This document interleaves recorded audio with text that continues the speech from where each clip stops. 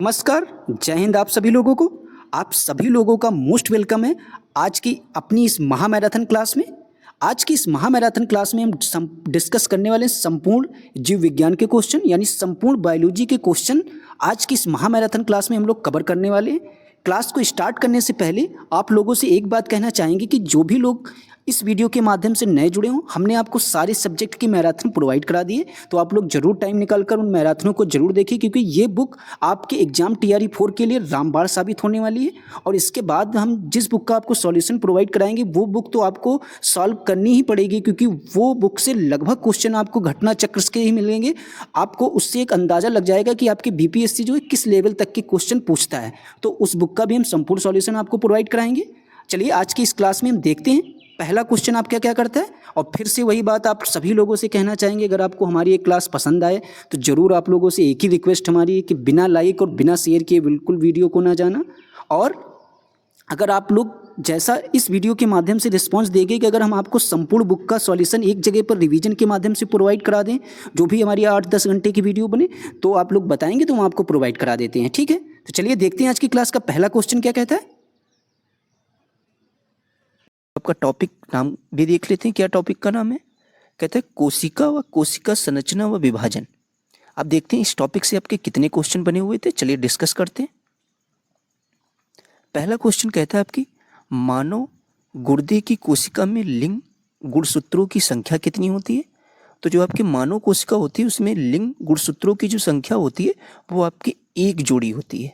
चलिए देखते हैं इसका एक्सप्लेन क्या कहता है।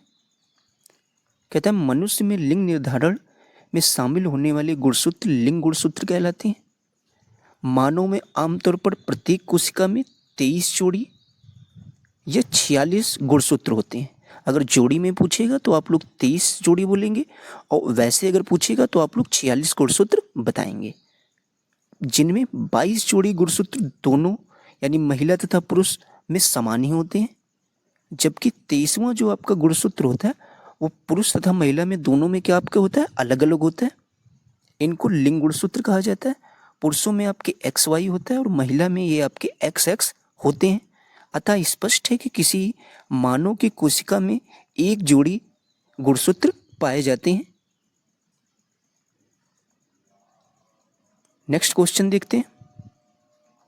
गुणसूत्र की जीन व्यवस्था होती है, तो बस आपको उस वाले क्वेश्चन में इतना याद रखना, महिला की जब बात होगी लास्ट आपका जो गुणसूत्र होगा वो XX, और जब पुरुष की बात होगी तो वहां पर XY। ठीक है, इतना डिफरेंस याद रखना। 462 नंबर क्वेश्चन आपसे कहता है गुणसूत्र पर जीन व्यवस्था होती है, यानी जो आपके गुणसूत्र होते हैं उस पर पूछा गया जीन की व्यवस्था किस तरीके की होती है, चक्रीय होती है या विसरित होती है या रेखिक होती है।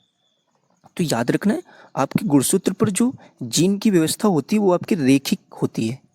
अब किस लिए रेखिक होती है इसको हम लोग एक्सप्लेन के माध्यम से समझते हैं। का एक्सप्लेन देखेंगे, वहां से आपको 100% सारी चीजें क्लियर होंगी। तो पहली पॉइंट या पहली लाइन कहती है आपकी ये गुणसूत्र पर जीन की रैखिक व्यवस्था होती है। कैसी होती है, आपकी रैखिक व्यवस्था होती है। एक गुणसूत्र DNA की एक बहुत लंबी श्रृंखला से बना होता है और इसमें कई जीन भी होते हैं। प्रत्येक गुणसूत्र पर जीन एक विशेष क्रम में व्यवस्थित होते हैं और प्रत्येक जीन का गुणसूत्र एक विशेष स्थान पर भी होता है। जीन का वह रूप जो जोड़े के प्रत्येक गुणसूत्र पर समान स्थान रखता है उसे हम लोग क्या कहते हैं, एलील कहलाता है। क्या कहलाएगा, एलील कहलाता है। कौन सा गुणसूत्र जो प्रत्येक गुणसूत्र पर अपना समान स्थान रखता है उसको हम लोग एलील कहते हैं। नेक्स्ट लाइन देखते क्या कहता है। कहता है DNA के अलावा गुणसूत्रों में अन्य रासायनिक घटक भी होते हैं जो जीन के कार्य को क्या करते हैं, आपके प्रभावित करते हैं। क्वेश्चन आपका काफी महत्वपूर्ण है। शरीर की प्रतिरोधक क्षमता से जुड़ी सबसे महत्वपूर्ण कोशिका का प्रकार क्या है इनमें से। तो सबसे जो महत्वपूर्ण कोशिका का प्रकार होगा, जब बात होगी शरीर की प्रतिरोधक क्षमता की, तो प्रतिरोधक क्षमता के लिए सबसे महत्वपूर्ण कोशिका आपकी लिम्फोसाइट हो जाएगी। कौन सी, लिम्फोसाइट। चलिए इसका एक्सप्लेन देखते हैं, आखिर लिम्फोसाइट होता क्या है। कहता है लिम्फोसाइट्स एक प्रकार का श्वेत कोशिकाएं हैं जो हमारे शरीर के संक्रमण से लड़ने में मदद भी करती हैं, और ये हमारे शरीर में श्वेत रक्त कोशिकाओं की कुल संख्या का लगभग 20 से प्रतिशत होती हैं, जो हमारे नेक्स्ट लाइन आपसे कहता है जो हमारे परिसंचरण तंत्र तथा केंद्रीय लिम्फोइड अंगों में पाए जाती हैं। ठीक है, तो आप लिम्फोसाइट्स के बारे में समझ गए होंगे। ये आपकी श्वेत कोशिकाएं होती हैं और कुल संख्या का लगभग ये भी याद रखना आपकी रक्त कोशिकाओं में कितना होते हैं, ये आपके 20 से 40% होती हैं। नेक्स्ट क्वेश्चन देखते हैं। 464 नंबर आपसे क्वेश्चन क्या कहता है? कहता है ब्रायोफाइट में बीजाणु मात्र कोशिका होती है, आगुणित होती है, द्विगुणित होती है, त्रिगुणित होती है। तो याद रखना जब बात होगी आपके ब्रायोफाइट में बीजाणु मात्र कोशिका की, तो वहाँ पर जो आपकी कोशिका होती है वो आपकी द्विगुणित रूप में होती है। अब देखते हैं किस लिए आपके द्विगुणित रूप में होती है, इसका एक्सप्लेन हम लोग समझते हैं। कहता है ब्रायोफाइट में बीजाणु मात्र कोशिका कैसी होती है? आपकी द्विगुणित होती है। ठीक है, और ये याद रखना बीजाणु आपका कैसा होता है? आगुणित होता है। ये बातें दोनों याद रखना। बीजाणु की जब बात होगी तो वहाँ पर आप लोग ऑप्शन आगुणित से ही लगाएंगे। अब कहता है ब्रायोफाइट पौधों का एक समूह है। ये भी आपसे एग्जाम में पूछा आखिर ये ब्रायोफाइट है क्या, तो आप लोग जवाब देंगे ये पौधों का एक समूह है जिसमें समवहनी में क्या कहता है, जिसमें आपकी समहनी वाहिकाएं नहीं होती हैं।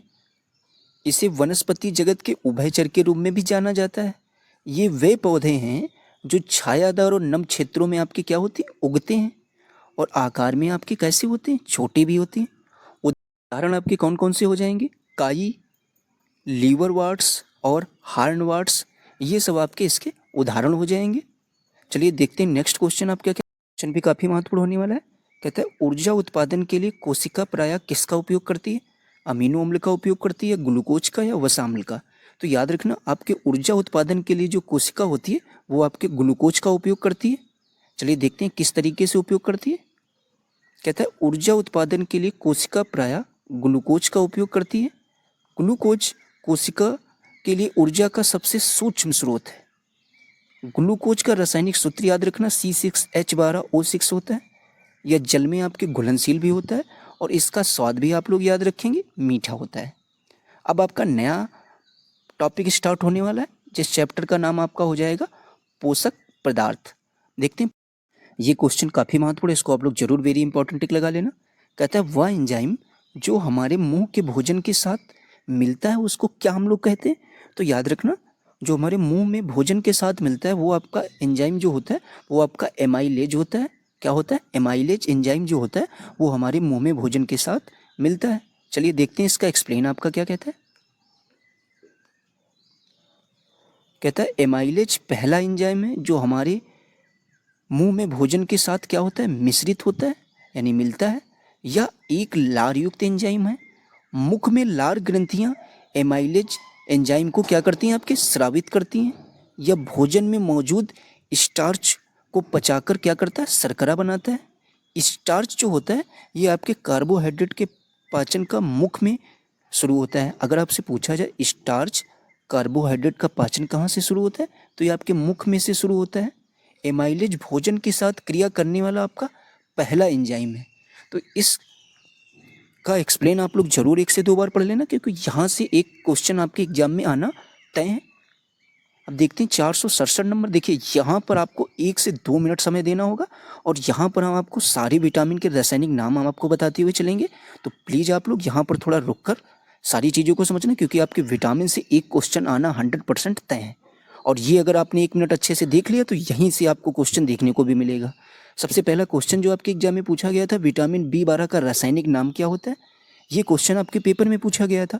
तो याद रखना जो विटामिन B12 होता है इसका जो रासायनिक नाम हो जाएगा वो आपके कोबालामिन हो जाएगा। क्या नाम हो जाएगा B12 का रासायनिक नाम? कोबालामिन। भाई इसका एक्सप्लेन क्या कहता है आपसे। कहता है विटामिन एक प्रकार के महत्वपूर्ण कार्बनिक यौगिक होते हैं। पहले पॉइंट महत्वपूर्ण है, जो चयापचय कार्य तथा उनसे संबंधित कमी से होने वाली बीमारियों को क्या करते हैं? आपके रोकते हैं। विटामिन के कुल प्रकार आप लोग जरूर एक बार कमेंट बॉक्स में लिखना। 13 प्रकार के होते हैं जिन्हें 2 भागों में बांटा गया है। जल में घुलनशील विटामिन बोला जाए आपसे एग्जाम में, जल में घुलनशील विटामिन आपके B और C हो जाएंगे। और यहाँ से अगर पूछा जाए वसा में घुलनशील तो A, D, E के ये दोनों पार्ट आप लोग जरूर याद रखना, यहाँ से भी क्वेश्चन आपको एग्जाम में देखने को मिल सकता है। तो जल में घुलनशील BC और वसा में ADE के। नेक्स्ट देखते हैं, कहता है कुछ महत्वपूर्ण विटामिन तथा उनके रासायनिक नाम आपके कौन कौन से होते हैं। हर एक विटामिन को आप जरूर अपने मुंह से बोलते हुए चलना, तभी आपको चीज़ें क्लास में ही याद होंगी। तो पहला विटामिन ए का अगर नाम आपसे एग्जाम में पूछा जाए, ये काफ़ी महत्वपूर्ण है, तो रेटिनॉल हो जाएगा। विटामिन B1 का रासायनिक नाम थायमिन हो जाएगा। विटामिन B2 का रासायनिक नाम राइबोफ्लेविन हो जाएगा। और विटामिन B6 का नाम पायरिडॉक्सिन हो जाएगा। तो विटामिन B6 का नाम क्या हो जाएगा? पायरिडॉक्सिन। विटामिन B12 का रासायनिक नाम अगर आपसे एग्जाम में पूछा जाए तो आप लोग जवाब देंगे साइनोकोबालामिन। विटामिन B12 का रासायनिक नाम क्या हो जाएगा? साइनोकोबालामिन। से एग्जाम में पूछा जाए कि हम लोग विटामिन C आपके लिए बहुत महत्वपूर्ण है, इसको हम लोग एस्कॉर्बिक अम्ल बोलते हैं। विटामिन D को हम लोग कैल्सीफेरॉल बोलते हैं। और विटामिन E का रासायनिक नाम आपके टोकोफेरोल हो जाएगा। और विटामिन K को अगर पूछा जाए एग्जाम में तो उसको हम लोग फिलोक्यूलोन कहते हैं। ठीक है, अब देखते हैं नेक्स्ट क्वेश्चन आपका, नेक्स्ट टॉपिक से संबंधित जो भी है। नेक्स्ट टॉपिक आपका जो स्टार्ट होने वाला है वो है आनुवांशिकी तथा विकास। इस टॉपिक से देखते हैं पहला क्वेश्चन आपका क्या पूछा गया है। कहता है आनुवांशिकता शब्द मुख्य रूप से किसे संदर्भित करता है। ये काफी महत्वपूर्ण क्वेश्चन है। तो जो आपका आनुवांशिकता शब्द होता है ये जो है आपके आनुवांशिकी को संदर्भित करता है। अब किस तरीके से संदर्भित करता है उसको हम लोग समझते हैं। कहता है आनुवांशिकता शब्द मुख्य रूप से आनुवांशिकी को संदर्भित करता है ऐसे लक्षण जो आपके पीढ़ी दर पीढ़ी संचारित होते हैं, आनुवांशिकी लक्षण कहलाते हैं। आनुवांशिकता के बारे में सर्वप्रथम जानकारी आपके पूछा जाए एग्जाम में किसने दी थी, तो इनका नाम आप लोग जरूर लिख लेना एक बार। ग्रेगर जॉन मेंडल ने इसके बारे में सर्वप्रथम जानकारी दी थी। किसके बारे में? आपके आनुवांशिकता के बारे में, जिस कारण उन्हें आनुवांशिकता का पिता भी कहा जाता है। अगर आपसे एग्जाम में पूछा जाए आनुवांशिकता का पिता किसे कहते हैं तो आप लोग जवाब देंगे ग्रेगर जॉन मेंडल जी को। फिर कहता है अपने प्रयोग हेतु उन्होंने, यानी जो अपने प्रयोग हेतु उन्होंने किस पौधे पर प्रयोग किया था, ये भी याद रखना, मटर के पौधे पर। अब नेक्स्ट क्वेश्चन हम लोग देखते हैं 469 नंबर क्वेश्चन आपका क्या कहता है। कहता है एक पीढ़ी से दूसरी पीढ़ी में वंशागति के अध्ययन को क्या कहते हैं। अभी आपने अगर एक्सप्लेन ध्यान से पढ़ा होगा तो इसका जवाब दे सकते हैं। एक पीढ़ी से दूसरी पीढ़ी में वंशागति के अध्ययन को हम लोग आनुवांशिकी कहते हैं। ठीक है, तो इसका जवाब आपका राइट जवाब ए हो जाएगा। क्वेश्चन का एक्सप्लेन हम आपसे पहले ही डिस्कस कर चुके हैं, तो आप इसका एक्सप्लेन जरूर वीडियो रोक कर पढ़ लेना। अब देखते हैं 470 नंबर क्वेश्चन आपका क्या कहता है। कहता है किसी गुणसूत्र पर जीनों की आपेक्षिक स्थिति ज्ञात करने की प्रक्रिया क्या कहलाती है। तो देखते हैं, कहता है जीनोम का चलना कहलाएगी या गुणसूत्र का चलना या जीन मानचित्रण। तो याद रखना जब बात हो रही है जीनों की आपेक्षिक स्थिति की ज्ञात करने की प्रक्रिया जो है वो आपके जीन मानचित्रण कहलाएगी। अब किस तरीके से जीन मानचित्रण कहलाती है उसको समझते हैं। कहता है किसी गुणसूत्र पर जीनों की आपेक्षिक स्थिति ज्ञात करने की प्रक्रिया जीन मानचित्रण कहलाती है।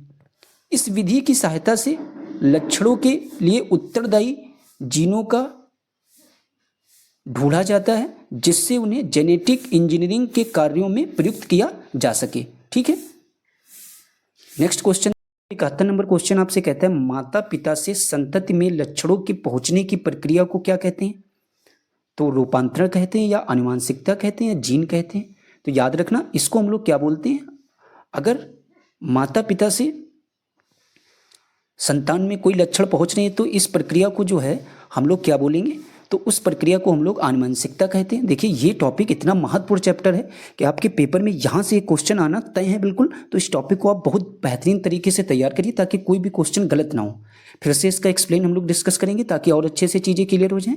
कहते हैं माता पिता से उनके संतान में लक्षणों के पहुँचने की प्रक्रिया को हम लोग आनुवंशिकता कहते हैं। कहता है वे लक्षण जो जीवधारियों में पीढ़ी दर पीढ़ी संचरित होते हैं आनुवांशिक लक्षण कहलाते हैं तथा इससे संबंधित विधियों और कारणों के अध्ययन को हम लोग आनुवांशिकी कहते हैं। आनुवांशिकता के बारे में पहली जानकारी आपके ग्रेगर जॉन मेंडल ने दी थी। देखिए ये चीज़ हम 3 बार आपको बता चुके हैं तो आप भूल नहीं सकते अगर आपके एग्जाम में पूछा जाएगा। और पूरे इन्हें हम लोग जो है आनुवांशिकी का पिता भी कहते हैं, तो ये भी आप लोग याद रखना।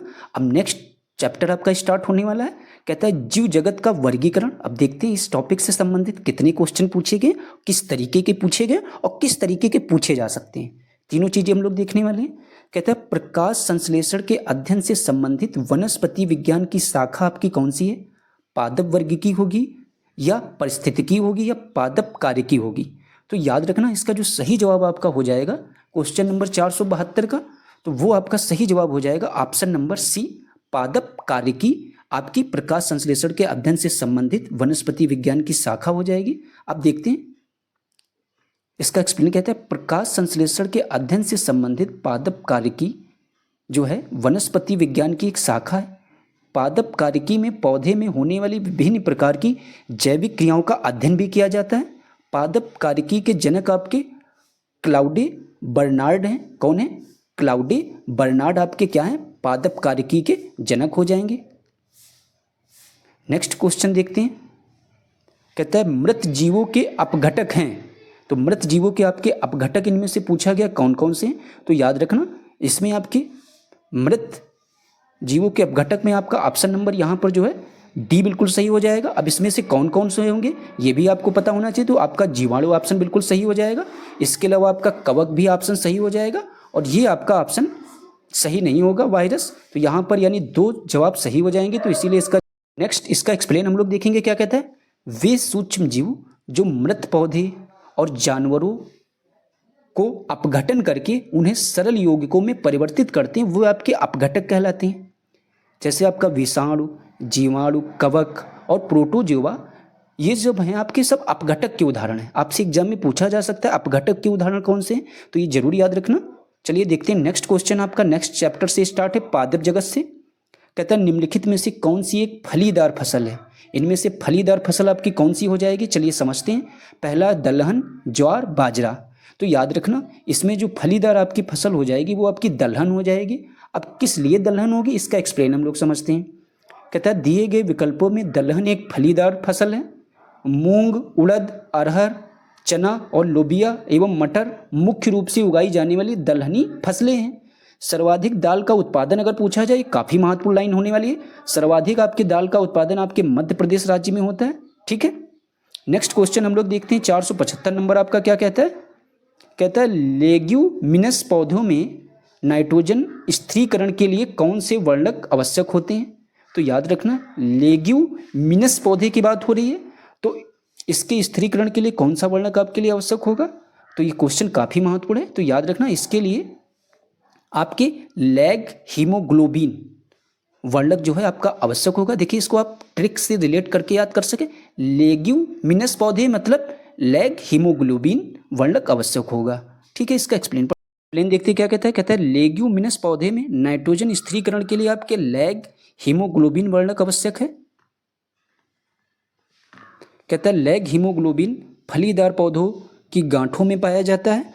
इसके मुख्य कार्य नाइट्रोजन स्थिरीकरण करने वाले बैक्टीरिया नाइट्रोजिनेस को ऑक्सीजन द्वारा निष्क्रिय होने से ऑक्सीजन की आपूर्ति प्रदान करता है। इसलिए लैग हीमोग्लोबिन की उपस्थिति मेजबान पौधे और बैक्टीरियास के बीच एक अच्छा समन्वय दर्शाती है। देखते हैं आपका नया टॉपिक स्टार्ट होने वाला है एनिमल वर्ल्ड यानी जंतु जगत से। कहता है ये क्वेश्चन महत्वपूर्ण है, पूछा गया ऑर्निथोलॉजी अध्ययन ये किसका अध्ययन कहलाता है? पत्तियों का या हड्डियों का या पक्षियों का? तो याद रखना जो आपके ऑर्निथोलॉजी अध्ययन होता है ये आपके पक्षियों का अध्ययन कहलाता है। इसका एक्सप्लेन पढ़ते हैं। कहता है ऑर्निथोलॉजी जंतु विज्ञान की एक शाखा है जो पक्षियों के अध्ययन से संबंधित है। ऑर्निथोलॉजी शब्द किससे बना हुआ है? तो 2 ग्रीक शब्दों से बना हुआ है। ओर्निस मतलब पक्षी और दूसरा लॉजी का मतलब सिद्धांत। यह पक्षियों के सभी पहलुओं जैसे कि शरीर के आकार, उपस्थिति, निवास स्थान, प्रवास, स्वरूप, संयोग, व्यवहार, आवाज़, नकल करने की क्षमता आदि के वैज्ञानिक अध्ययन से आपका क्या है? संबंधित है। इस क्वेश्चन को जरूर याद रखना, काफ़ी महत्वपूर्ण है। अब कहता है पादप आकारिकी से संबंधित जो भी क्वेश्चन पूछे गए, पहले ही क्वेश्चन आपसे पूछा गया निम्नलिखित में से कौन कीट बच्छी पौधा है? तो कीट बच्छी पौधा आपका इनमें से कौन सा हो जाएगा? ये भी महत्वपूर्ण क्वेश्चन है। तो कीट बच्छी पौधा आपके इसमें से ड्रासेरा हो जाएगा। ड्रासेरा जो है ये आपका कीट बच्छी पौधा हो जाएगा। देखते हैं इसका समझते हैं। कहता है ड्रासेरा एक कीटहारी पौधा है। इस प्रकार के पौधे अम्लीय भूमि अथवा दलदली भूमि में उगते हैं। इनमें नाइट्रोजन की कमी पाई जाती है। अपने पोषण की कमी को पूरा करने के लिए कीट पतंगों को अपनी ओर आकर्षित करके उसे अपना आहार बना लेते हैं। ये आपके ड्रासेरा कीटहारी पौधे के बारे में सारी चीज़ें समझ गए होंगे। नेक्स्ट क्वेश्चन देखते हैं।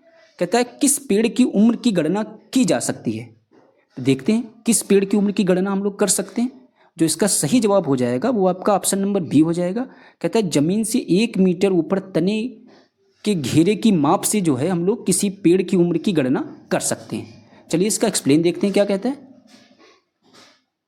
कहता है किसी पेड़ की उम्र की गणना जमीन से 1 मीटर ऊपर तने के घेरे की माप से की जाती है। पेड़ पर वलयों की संख्या वर्ष दर वर्ष आपकी बढ़ती जाती है। ठीक है, आगे नेक्स्ट क्वेश्चन हम लोग देखते हैं। कहता है आणविक ऑक्सीजन का पत्तियों से निकलना कौन सी भौतिक क्रिया है। विसरण हो जाएगा, वाष्पोत्सर्जन हो जाएगा या परासरण हो जाएगा।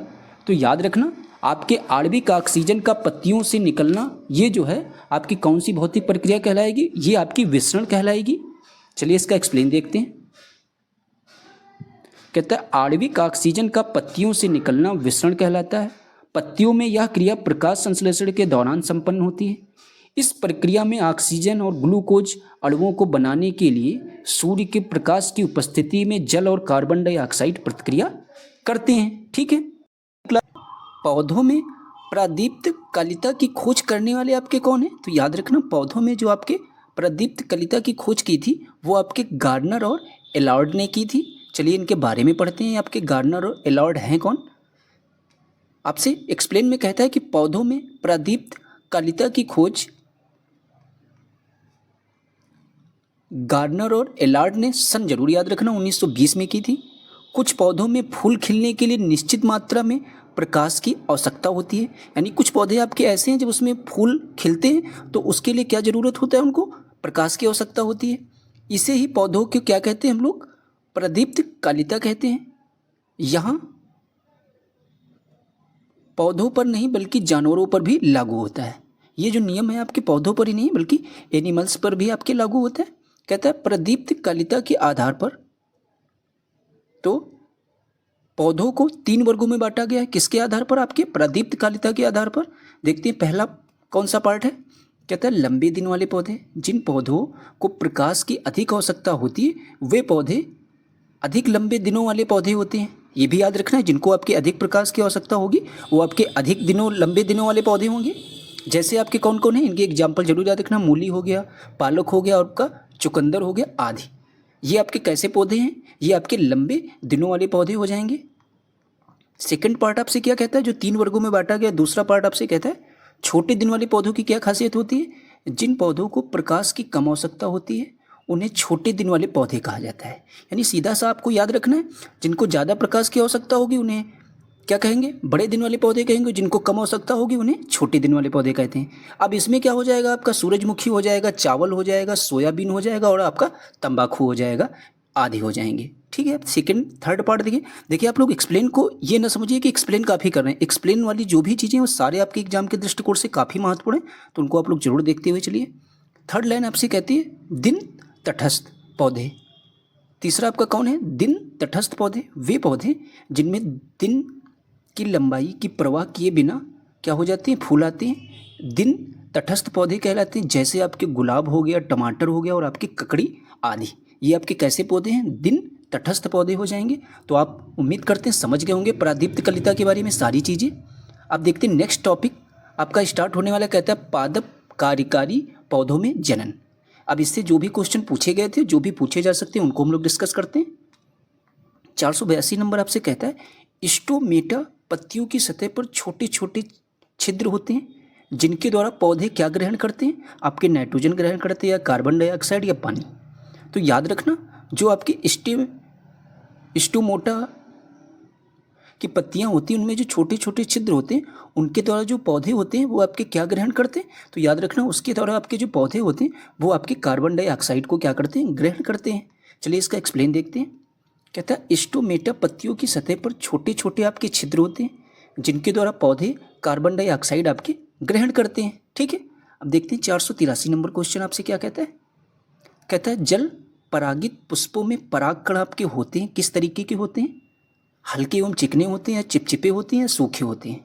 तो याद रखना जो आपके जल परागित पुष्पों में परागकण होते हैं वो आपके किस तरीके होते हैं? अगर आपसे एग्जाम में पूछा जाए तो याद रखना वो आपके ड्राई होते हैं यानी सूखे होते हैं। चलिए इसका एक्सप्लेन देखते हैं क्या कहता है।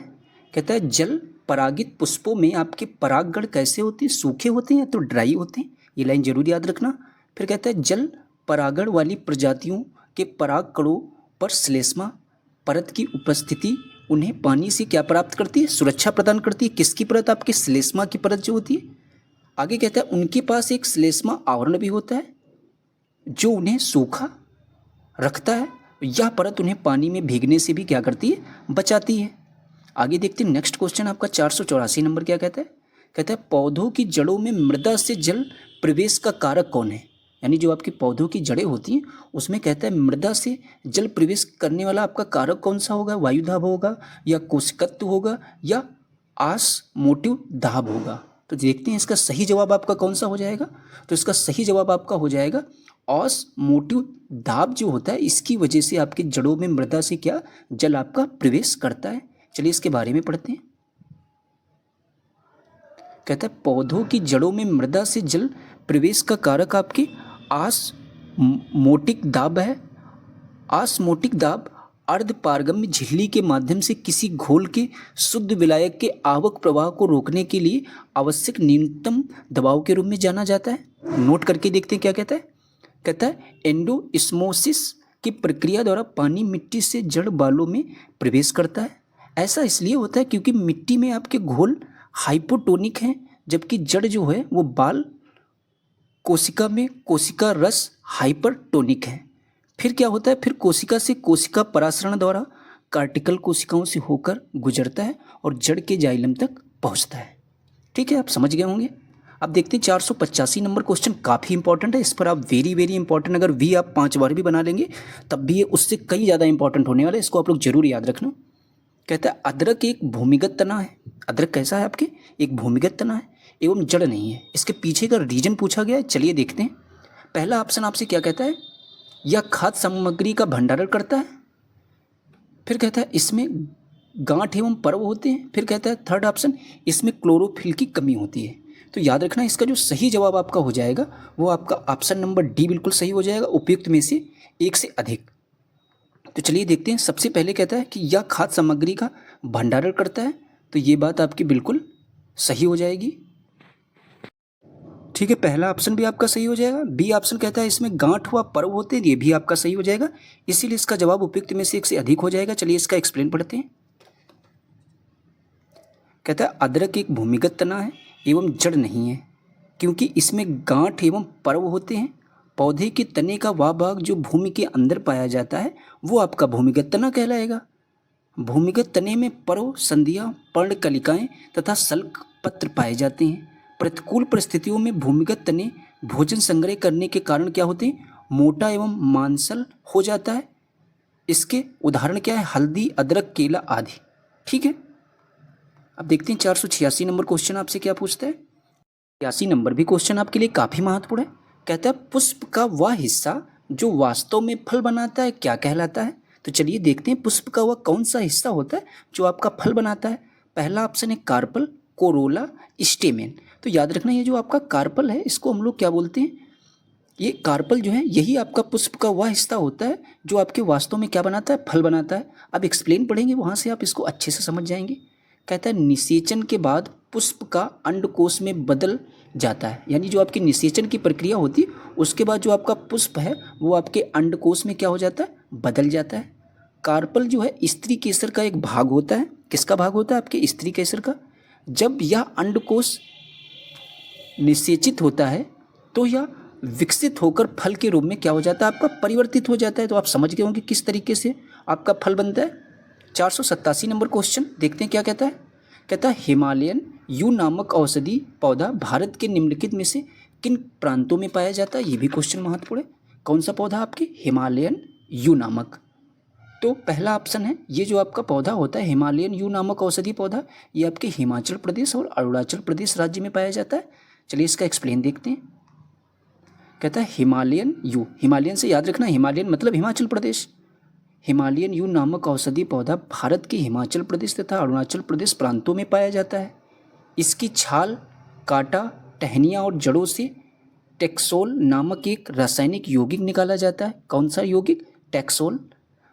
और इसका उपयोग कैंसर के इलाज में भी किया जाता है। ये लाइन काफ़ी महत्वपूर्ण है। जो हिमालयन यू नामक औषधि पौधा होता है, इसका उपयोग हम लोग कैंसर के इलाज में भी करते हैं। आगे देखते हैं नेक्स्ट क्वेश्चन। नेक्स्ट टॉपिक से स्टार्ट होने वाला है ह्यूमन बॉडी सिस्टम। तो ह्यूमन बॉडी सिस्टम यानी मानव शरीर के तंत्र से संबंधित जो भी आपके एग्जाम में क्वेश्चन पूछे गए वो डिस्कस करने वाले, जो भी पूछे जा सकते हैं उनको डिस्कस करते हैं। कहता है आहार नली की दीवारों के संकुचन और विस्तार की गति क्या कहलाती है? ये भी क्वेश्चन आप वेरी वेरी इंपॉर्टेंट होने वाला है, ठीक है। तो आहार नाल की दीवारों के संकुचन और विस्तार की जो गति होती है वो आपकी क्या कहलाएगी? तो उसको हम लोग जो है क्रमाकुंचन कहते हैं। क्या कहते हैं? क्रमाकुंचन। चलिए इसका एक्सप्लेन देखेंगे ताकि आपको क्वेश्चन यहीं पर याद हो जाए। कहता है मानव की आहार नली की दीवारों के संकुचन और विस्तार की गति क्रमाकुंचन कहलाती है। यह गति मानव की समस्त पाचक नली अर्थात ग्रास नली से लेकर मलाशय तक होती रहती है, जिसके द्वारा मानव के द्वारा खाया हुआ और पाचित आहार निरंतर आगे की ओर अग्रसारित होता रहता है। रक्त कहती है जो आपकी रक्त वाहिकाओं तथा श्वास निकायों में भी इस प्रकार की गति क्या होती है? आपके संपन्न होती है। नेक्स्ट क्वेश्चन देखते हैं, ये भी काफ़ी महत्वपूर्ण क्वेश्चन है। कहता है एंडोलिम्फ नामक तरल पदार्थ किस में होता है? जो आपका एंडोलिम्फ नामक तरल पदार्थ होता है ये आपके आंतरिक कर्ण में होता है। अब किस तरीके से होता है इसको हम लोग डिस्कस करते हैं। कहता है एंडोलिम्फ एक तरल पदार्थ है जो आंतरिक कर्ण के झिल्लीदार लेब्रिया में मौजूद होता है। किस में मौजूद होता है? आपके लेब्रिये में मौजूद होता है। कर्णावत वाहिनी या स्काला मीडिया शरीर के सर्पिलंका क्या करते हैं? आपके निर्माण करते हैं। आगे देखते हैं नेक्स्ट क्वेश्चन 490 नंबर क्वेश्चन आपसे क्या पूछता है? कहता है ग्लूकोज को एथिल अल्कोहल में परिवर्तित करने वाला एंजाइम आपका कौन सा है? यानी जो आपके ग्लूकोज को एथिल अल्कोहल में परिवर्तित करेगा, पूछा गया इनमें से आपका वो एंजाइम कौन सा हो जाएगा? तो इसका जो आपका सही जवाब हो जाएगा वो आपका ऑप्शन नंबर सी बिल्कुल सही हो जाएगा, वो आपका जाइमेज हो जाएगा। ठीक है, इसका एक्सप्लेन समझते हैं। कहता है जाइमेज एंजाइम ग्लूकोज को एथिल अल्कोहल में परिवर्तित करता है। कौन सा एंजाइम आपके ग्लूकोज को एथिल अल्कोहल में परिवर्तित करेगा? तो जाइमेज। यह एंजाइम किण्वन प्रक्रिया के माध्यम से यह क्रिया करता है। किस प्रक्रिया के माध्यम से क्रिया करता है? तो आपकी किण्वन प्रक्रिया के माध्यम से। नेक्स्ट क्वेश्चन देखते हैं। कहता है जो आपकी रक्त प्लेटलेट्स होती हैं ये आपकी किस चीज़ में मदद करती हैं? ऐसा क्वेश्चन पूछा गया है। तो जो आपकी याद रखना, जो आपकी रक्त प्लेटलेट्स होती हैं ये आपके रक्त स्कंदन में मदद करती हैं। महत्वपूर्ण क्वेश्चन है। चलिए इसका एक्सप्लेन पढ़ते हैं। कहता है रक्त में उपस्थित प्लेटलेट्स शरीर की ऐसी कोशिकाएं होती हैं जो रक्त स्कंदन करती हैं और साथ ही क्षतिग्रस्त ऊतकों को ठीक करने का भी काम करती हैं। ये कोशिकाएं द्रव से बनी होती हैं। मानव शरीर के रक्त में सामान्य प्लेटलेट्स काउंट आपके कितना होता है? इसको आप लोग जरूर याद रखना। 1.5 लाख से 4.5 लाख प्रति माइक्रोलीटर रक्त में होता है। प्लेटलेट्स काउंट्स आप लोग जरूर याद रखना, इसकी संख्या पूछी जा सकती है आपके एग्जाम में। तो आप लोग समझ गए होंगे कि जो आपका रक्त प्लेटलेट्स जो आपकी होती हैं वो आपके किस चीज़ में मदद करती हैं? तो रक्त स्कंदन में। नेक्स्ट क्वेश्चन देखते हैं 492 के नंबर क्या कहता है? कहता है कौन सी ग्रंथि दोनों अंतःस्रावी एवं बाह्यस्रावी के रूप में कार्य करती है? ये भी महत्वपूर्ण क्वेश्चन है। तो वो ग्रंथि जो आपकी होती है जो अंतःस्रावी और बाह्यस्रावी के रूप में कार्य करती है तो वो आपकी होती है पेनक्रियाज। ठीक है, उसको क्या बोलते हैं? पेनक्रियाज बोलते हैं या अग्न्याशय भी बोलते हैं। ठीक है, अब देखते हैं। अग्न्याशय एक ऐसी ग्रंथि है जो अंतःस्रावी और बाह्यस्रावी दोनों रूपों में आपके कार्य करती है। कहता है अंतःस्रावी कार्य या इंसुलिन या ग्लूकागोन जैसे हार्मोन सीधे रक्त प्रवाह में स्रावित करता है, जो रक्त शर्करा के स्तर को क्या करते हैं? नियंत्रित भी करते हैं। नेक्स्ट लाइन देखते हैं क्या कहता है? कहता है बाह्यस्रावी कार्य या पाचक एंजाइम आपके उत्पन्न करता है जो अग्न्याशय नली के माध्यम से छोटी आंत में क्या होता है? स्रावित होते हैं, जिससे आपके कार्बोहाइड्रेट, प्रोटीन और वसा के पाचन में क्या मिलती है? आपकी सहायता मिलती है। ठीक है, नेक्स्ट क्वेश्चन हम लोग देखते हैं 493 नंबर क्या कहता है? 493 नंबर भी क्वेश्चन आप लोगों के लिए काफ़ी महत्वपूर्ण है। कहता है एरोबिक श्वसन के दौरान कितने पदों में CO2 का निष्पादन होता है? चलिए देखते हैं। जो आपका एरोबिक श्वसन होता है उसमें पूछा गया है कि CO2 का निष्पादन जो है आपके कितने चरणों में होता है या कितने पदों में होता है। तो ये याद रखना है, इसका जवाब आप लोग जरूर याद रखना। ये आपके 3 पदों में होता है। अब इसका हम लोग एक्सप्लेन करते हैं, इसका एक्सप्लेन क्या कहता है, एक्सप्लेन काफ़ी ध्यान से समझना आप लोग। कहता है एरोबिक श्वसन ऑक्सीजन की उपस्थिति में ग्लूकोज को एडेनोसिन ट्राइफॉस्फेट में परिवर्तित कर ऊर्जा उत्पन्न करने की आपकी एक प्रक्रिया है। एरोबिक श्वसन के 3 चरण होते हैं, कौन कौन से? ग्लाइकोलाइसिस, क्रेब्स चक्र और इलेक्ट्रॉन परिवहन श्रृंखला। ये आपके 3 चरण हो जाएंगे इसके। कहता है एरोबिक श्वसन के दौरान 3 पदों में आपके CO2 का निष्पादन होता है। लाइन आपसे कहती है कि प्रथम बार पाइरूवेट के ऑक्सीडेटिव डीकार्बोक्सिलेशन के समय और 2 बार क्रेब्स चक्र के दौरान। ठीक है, तो आगे आप इसका एक्सप्लेन समझ गए होंगे। ठीक है, अब चलिए देखते हैं 494 नंबर क्वेश्चन आपसे क्या पूछता है। ये भी काफ़ी महत्वपूर्ण है। कहता है मानव गुर्दे में निस्पंदन इकाइयों को क्या कहा जाता है? यानी जो आपके मानव गुर्दे होते हैं इसमें आपसे पूछा गया कि निस्पंदन इकाइयों को हम लोग क्या कहते हैं? नेफ्रॉन बोलते हैं, न्यूट्रॉन बोलते हैं या न्यूरॉन बोलते हैं? तो याद रखना, जो आपके मानव गुर्दे में निस्पंदन इकाइयों को हम लोग नेफ्रॉन कहते हैं। ठीक है, तो इसका जवाब आपका ऑप्शन नंबर ए बिल्कुल सही हो जाएगा। चलिए इसका एक्सप्लेन देखते हैं। कहता है मानव गुर्दे की कार्यात्मक और संरचनात्मक इकाई आपकी नेफ्रॉन है। नेफ्रॉन मूत्र उत्पादन के लिए कारखाने के रूप में कार्य करते हैं और रक्त को फिल्टर करने में भी महत्वपूर्ण भूमिका निभाते हैं। गुर्दे शरीर के संतुलन में महत्वपूर्ण भूमिका निभाते हैं। तो आप समझ सकते हैं गुर्दे का कहाँ कहाँ पर महत्वपूर्ण भूमिका होती है।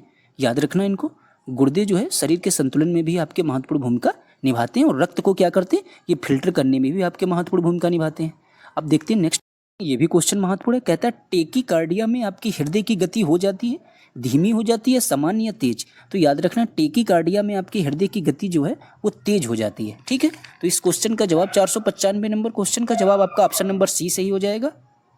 चलिए देखते हैं इसका एक्सप्लेन क्या कहता है। कहता है टेकीकार्डिया हृदय की धड़कन के अनियमित होने से संबंधित एक सामान्य क्या है? विकार है। इसमें आराम की अवस्था में भी हृदय की गति सामान्य से अधिक तेज होती है। यानी जब आराम की अवस्था भी होगी उसमें भी आपकी हृदय की गति जो है वो सामान्य अवस्था से बहुत अधिक तेज होती है। तो इसका जवाब आपका ऑप्शन नंबर सी सही हो जाएगा। देखते हैं 496 नंबर आपसे पूछता है कि लैक्टियल्स निम्नलिखित में से किससे संबंधित होते हैं? तो जो आपके लैक्टियल्स होते हैं, अगर आपसे एग्जाम में पूछा जाए किससे रिलेटेड होते हैं, तो याद रखना ये आपके वसा अवशोषण से संबंधित होते हैं। तो इसका जवाब आपका ऑप्शन नंबर सी बिल्कुल सही हो जाएगा। चलिए देखते हैं इसका एक्सप्लेन क्या कहता है।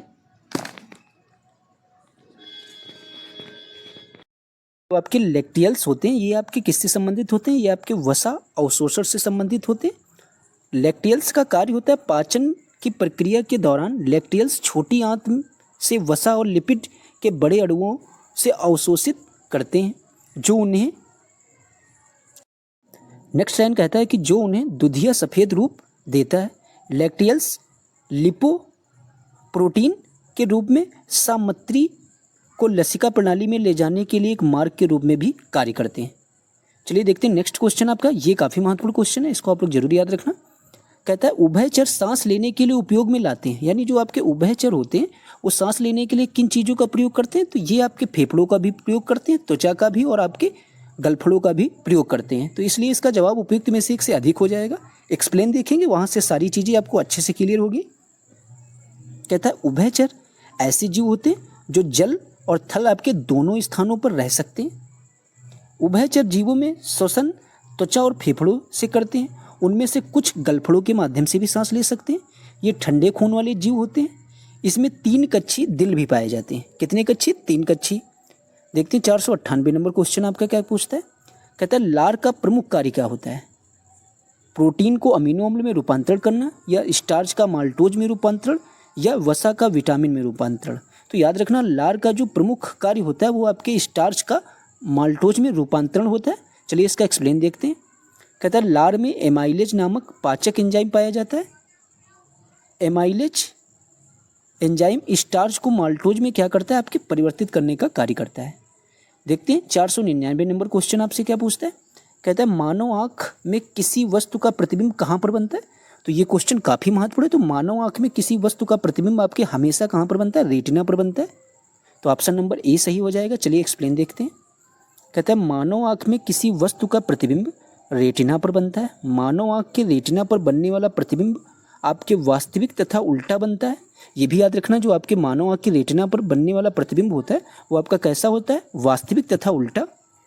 रेटिना ऊतक की कैसी परत होती है, ये आपकी पतली परत होती है, जो आपसे कहता है कि जो आँख के पिछले हिस्से को अंदर की तरफ क्या करती है, प्रतिच्छेद करती है। क्वेश्चन नंबर 500 आपसे क्या पूछता है, कहता है हृदय केवल अशुद्ध रक्त का ही पंप करता है, शार्क के मामले में या व्हेल के मामले में, छिपकली के मामले में। तो याद रखना ये आपका किस कंडीशन में होता है, जब आपका हार्ट जो होता है वो सिर्फ आपके अशुद्ध रक्त को ही पंप करता है। तो ऐसा जो है आपके ये शार्क के मामले में होता है। तो इस क्वेश्चन का सही जवाब आपके ऑप्शन नंबर ए बिल्कुल सही हो जाएगा। चलिए इसका एक्सप्लेन देखते हैं, वहाँ से आपको। तो एक्सप्लेन आपसे कहता है कि शार्क का हृदय केवल अशुद्ध रक्त को ही पंप करता है। शार्क में एक परिसंचरण तंत्र और 2 कक्षीय हृदय होते हैं। ये भी याद रखना, कितने हृदय होते हैं, 2 कक्षीय हृदय होते हैं, ये पूछा जा सकता है एग्जाम में। कहता है हृदय रक्त को गलफड़ों तक प्रभावित करता है, जो इसे ऑक्सीजन प्रदान करती है। यह ऑक्सीजन युक्त जो रक्त है हृदय में लौटने से पहले क्या होता है, पूरे शरीर और ऊतकों तक पहुंचाया जाता है। तो आप समझ गए होंगे कि शार्क जो है ये सिर्फ अशुद्ध रक्त को ही पंप करता है। ये क्वेश्चन महत्वपूर्ण है। देखते हैं नेक्स्ट क्वेश्चन क्या कहता है। कहता है कि स्तनधारी में सामान्य श्वसन के दौरान डायफ्राम होता है, धनुषाकार होता है, चपटा होता है, नीचे धंसा हुआ होता है। तो याद रखना जो आपके स्तनधारी होते हैं इनमें जो है सामान्य श्वसन के टाइम पर क्या होता है। तो इस जो क्वेश्चन का सही जवाब हो जाएगा वो आपका धनुषाकार तो नहीं होगा, क्योंकि स्तनधारी में सामान्य श्वसन के समय आपका जो है डायफ्राम होता है वो आपका चपटा होता है और नीचे धंसा हुआ महसूस होता है। तो चलिए देखते हैं इसका एक्सप्लेन क्या कहता है, वहाँ से आपको बहुत ही बेहतरीन ढंग से सारी चीज़ें क्लियर हो जाएंगी। कहता है स्तनधारियों में डायाफ्राम फेफड़ों के नीचे स्थित श्वसन की एक प्रमुख मांसपेशी है। श्वसन क्रिया में सांस लेने और सांस छोड़ने शामिल होता है। श्वसन क्रिया में आपके क्या क्या शामिल होता है, सांस लेना और सांस छोड़ना। सांस लेने के दौरान गुंबद के आकार का डायाफ्राम जो होता है वो आपका चपटा होता है। तो इस तरीके से आपका ऑप्शन नंबर बी सही हो जाएगा। और क्या कहता है, जब आपका बाहरी इंटरकोस्टल मांसपेशियां जब आपकी सिकुड़ जाती हैं, जो पसलियों के पिंजरे को ऊपर की ओर खींचती हैं, जिससे क्या होता है आपकी कक्षीय आयतन में वृद्धि होती है और जो है फुफ्फुसी दबाव जो है वो आपका क्या हो जाता है, कम हो जाता है। और बाहर से हवा क्या होती है आपके फेफड़ों में चली जाती है। और वहीं आपके सांस छोड़ने की प्रक्रिया के दौरान जो अंतर कोस्टल मांसपेशी है वो पसलियों के पिंजरे को अंदर और नीचे की ओर धकेलती हुई क्या हो जाती है, शिथिल हो जाती है। ठीक है, कि यहाँ पर जब आप ये लाइन पढ़ेंगे कहता है नीचे की ओर धकेलती हुई, तो यहीं से आपका ऑप्शन नंबर सी सही हो जाएगा। फिर कहता है जिससे वक्ष ने कक्ष का आयतन क्या हो जाता है आपके, कम हो जाता है तथा फुफ्फुसी दबाव बढ़ जाता है और हवा फेफड़ों से बाहर निकलने को क्या हो जाती है आपकी, मजबूर हो जाती है। अतः स्पष्ट है कि श्वसन क्रिया के दौरान डायाफ्राम एक से अधिक आकार का होता है। देखते हैं नेक्स्ट क्वेश्चन आपसे क्या कहता है। कहते हैं मस्तिष्क के कौन सा भाग जो है आपके रक्तचाप को नियंत्रित करता है। ये इंपॉर्टेंट क्वेश्चन है। तो मनुष्य का वह कौन सा हिस्सा होता है जो आपके रक्तचाप को नियंत्रित करता है। तो याद रखना इसका जो सही जवाब हो जाएगा, जो आपके रक्तचाप को नियंत्रित करते हैं पोन्स, मेडुला और सीरिबलम। चलिए इसका एक्सप्लेन देखते हैं। कहता है कई शारीरिक प्रक्रियाएं रक्तचाप को नियंत्रित करती हैं, लेकिन मेडुला और पोन्स जो मस्तिष्क तंतु में स्थित होते हैं हृदय गति और रक्त वाहिकाओं के संकुचन को नियंत्रित करने वाले कार्डियो रेस्पिरेटरी केंद्रों को सजोए हुए और इस प्रकार रक्तचाप को प्रभावित करते हैं। ये महत्वपूर्ण नियामक क्षेत्र भी हैं। चलिए देखते हैं कौन कौन से हैं। कहते हैं हालांकि रक्तचाप को सीधे नियंत्रित करने में इसका कार्य कम स्पष्ट है, लेकिन सेरिबलम मुख्य रूप से जो होता है वो मोटर गतिविधियों के समन्वय और सटीकता के समायोजन में क्या होता है आपके शामिल माना जाता है। नेक्स्ट क्वेश्चन देखते हैं। आप देखते हैं नेक्स्ट क्वेश्चन आपसे क्या पूछा गया, पीयूष ग्रंथि का कार्य क्या होता है। ये भी महत्वपूर्ण क्वेश्चन है। तो चलिए देखते हैं इसके ऑप्शन क्या कहते हैं। कहते हैं पुरुष में यौन अंगों को विकसित करना, जी बिल्कुल पीयूष ग्रंथि का कार्य होता है। सेकंड ऑप्शन आपसे कहता है सभी अंगों में वृद्धि को प्रोत्साहित करना, ये भी आपके पीयूष ग्रंथि का कार्य हो जाएगा। फिर कहता है शरीर में चीनी और नमक के स्तर को नियंत्रित करना, ये इसका कार्य नहीं होता है। तो देखा जाए यहाँ पर आपके ऑप्शन 2 सही हैं, तो इसीलिए इस क्वेश्चन का सही जवाब उपयुक्त में से 1 से अधिक हो जाएगा। चलिए इसका एक्सप्लेन देखते हैं क्या कहता है। कहता है पीयूष ग्रंथि हमारे मस्तिष्क के आधार पर स्थित एक मटर के आकार की अंतःस्रावी ग्रंथि है। किस आकार की? एक मटर के तरीके आकार की होती है। पीयूष ग्रंथि को हम लोग मास्टर ग्रंथि भी कहते हैं। कई बार ये क्वेश्चन पूछा गया है कि किस ग्रंथि को मास्टर ग्रंथि कहते हैं, तो आपके पीयूष ग्रंथि को, क्योंकि यह अन्य अंतःस्रावण को नियंत्रित करती है, साथ ही साथ यह व्यक्ति के स्वभाव, स्वास्थ्य, वृद्धि एवं लैंगिक विकास को भी प्रेरित करती है या उसको प्रेरित करने का कार्य करती है आपकी पीयूष ग्रंथि। देखते हैं नेक्स्ट क्वेश्चन आपसे क्या कहता है। कहता है कि नेत्रदान में दांता की आंख के किस हिस्से को प्रतिरूपित किया जाता है। यानी जब व्यक्ति नेत्रदान करता है तो उसके किस हिस्से को दूसरे के हिस्से में, जिसको नेत्रदान किया जाता है उसके हिस्से में लगाया जाता है उसकी आंख में। तो याद रखना वो पार्ट हम लोग कार्निया को प्रतिरूपित करते हैं। चलिए देखते हैं किस तरीके से। और इस तरीके के नेत्रदान के ऑपरेशन में आपके ज़्यादा टाइम भी नहीं लगता है, सिर्फ 15 से 20 मिनट का कार्य होता है। कहते हैं नेत्रदान में दांता की आंख के कार्निया भाग को प्रतिरूपित किया जाता है। यह आंख की सबसे बाहरी पारदर्शी आपकी परत होती है, जो आंख के अग्रभाग में क्या होती है, मौजूद होती है। इसका कार्य होता है आंख में प्रवेश करने वाले प्रकाश को अपवर्तित करना तथा आंख की फोकसिंग कार्य और ऑप्टिकल शक्ति के लिए क्या है, ये आपकी जिम्मेदार है। नेक्स्ट क्वेश्चन देखते हैं आपसे क्या पूछता है। देखिए यहाँ पर ये क्वेश्चन आपका नहीं आ पाया है, तो क्वेश्चन हम आपको पढ़कर बता दे रहे हैं क्या पूछा गया है। क्वेश्चन यहाँ पर पूछा गया है कि अंडाशय द्वारा कौन सा कार्य किया जाता है। तो चलिए देखते हैं आपके अंडाशय द्वारा कौन कौन से कार्य किए जाते हैं। तो पहला ऑप्शन है आपके डिंब का निर्माण, या प्रोजेस्टेरोन का स्राव, या एस्ट्रोजन का स्राव। तो याद रखना जो आपके अंडाशय के द्वारा कार्य किए जाते हैं वो आपके कौन कौन से हो जाएंगे। तो सबसे पहले आपके डिंब का निर्माण जो है ये भी बिल्कुल सही बात हो जाएगी अंडाशय के विषय में। फिर कहता है एस्ट्रोजन का स्राव, ये भी आपका सही हो जाएगा। और इसके अलावा आपके प्रोजेस्टेरोन का स्राव, ये भी आपके अंडाशय के विषय में बिल्कुल सही हो जाएगा। तो इसीलिए इस क्वेश्चन का सही जवाब आपका ऑप्शन नंबर डी सही हो जाएगा। चलिए देखते हैं इसका एक्सप्लेन। कहता है अंडाशय महिलाओं में ग्रंथियों की एक जोड़ी होती है जो महिला लक्षणों में महत्वपूर्ण भूमिका निभाती है। अंडाशय के प्रमुख कार्य होते हैं सबसे पहला आपके डिंब का निर्माण करना, एस्ट्रोजन का, फिर है प्रोजेस्टेरोन नामक हार्मोन बनाना। तो समझ रहे हैं कौन कौन से, एस्ट्रोजन और प्रोजेस्टेरोन नामक हार्मोन बनाना। फिर क्या कहता है फर्टिलाइजेशन के लिए अंडों का निर्माण करना आदि।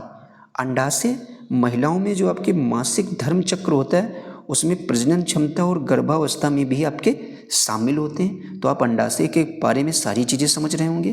फिर कहता है अंडाशय के 3 मुख्य भाग होते हैं, कौन कौन से, एक आपका सरफेस होता है, एक कार्टेक्स होता है और एक आपका मेडुला होता है। तो ये आपके अंडाशय के 3 भाग से भी संबंधित क्वेश्चन पूछा जा सकता है। नेक्स्ट क्वेश्चन देखते हैं। अब आपका नया टॉपिक है मानव रोग एवं उपचार।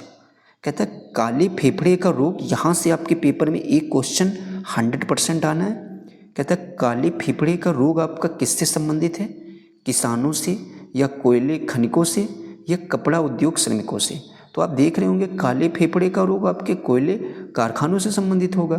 तो इस तरीके से 506 नंबर का सही जवाब आपका ऑप्शन नंबर बी बिल्कुल सही हो जाएगा। एक्सप्लेन देखते हैं। कहता है कि जो आपके कोयला खदानों को काम करने वाले लोगों में काले फेफड़े का रोग सामान्य है। इसे न्यूमोकोनियोसिस के रूप में भी जाना जाता है। यह रोग तब होता है जब कोयले की धूल आपके अंदर जाती है। जो भी लोग कोयले के खदानों में काम करते हैं तो उनके अंदर जो है कोयले की धूल तो जाएगी ही जाएगी, तो वहीं पर ये रोग आपका होता है। देखते हैं नेक्स्ट क्वेश्चन आपसे क्या कहता है। कहता है मस्तिष्क का कौन सा भाग आपके रक्तचाप को नियंत्रित करता है। ये क्वेश्चन अभी हमने आपको करा दिया था, ठीक है। अब ये क्वेश्चन आपने देखा होगा, ये क्वेश्चन अभी हमने आपको ऑप्शन नंबर सी बताया था कि यहाँ पर आपके किसका पोन्स का, मेडुला और सेरिबेलम का कार्य होता है। अब 508 number question very important question है। कहता है कि ट्रेकोमा रोग संबंध है फेफड़ों से, कान से, आँखों से। तो जो आपका ट्रेकोमा रोग होता है ये आपके आँखों से संबंधित रोग होता है। ट्रेकोमा मतलब आँख। चलिए एक्सप्लेन देखते हैं। कहता है ट्रेकोमा रोग आँखों से संबंधित है जो क्लेमाइडिया ट्रेकोमेटिस नामक जीवाणु से होता है। यह बीमारी वहाँ पनपती है जहाँ पर आपके जलाभाव, अस्वच्छता और मक्खियों का क्या होता है, प्रकोप होता है। तो ये भी बात आप समझ लेना कि ये जो ट्रेकोमा नामक बीमारी है कहाँ पर फैलती है, तो जहाँ पर आपके जल भराव होगा, अस्वच्छता होगी यानी गंदगी होगी और मक्खियाँ जहाँ पर ज़्यादा होंगी वहीं पर इस बीमारी का आपके प्रकोप होता है। कहता है यह संक्रमित मक्खियों एवं व्यक्तियों के संपर्क से फैलता है। ट्रेकोमा दुनिया भर में अंधेपन का प्रमुख कारण है। जो आपका ट्रेकोमा रोग है, जो ज़्यादातर दुनिया में लोग अंधे हैं, इसके पीछे की प्रमुख वजह आपका यही हो जाएगा। 509 नंबर क्वेश्चन आपसे कहता है मायोपिया वह बीमारी है जिसमें व्यक्ति देख नहीं पाता है। देखते हैं क्या कर नहीं पाता है, देख नहीं पाता है दूर की वस्तुओं को या पास की वस्तुओं को, या पास की तथा दूर की वस्तुओं को दोनों को स्पष्ट रूप से नहीं देख पाता है। तो याद रखना जो आपका मायोपिया होता है इसमें व्यक्ति जो है दूर की वस्तुओं को स्पष्ट रूप से नहीं देख पाता है। एक्सप्लेन देखते हैं क्या कहता है। कहता है मायोपिया वह बीमारी है जिसमें व्यक्ति दूर स्थित वस्तुओं को स्पष्ट रूप से देख नहीं पाता है। इसे निकट दृष्टि भी कहा जाता है।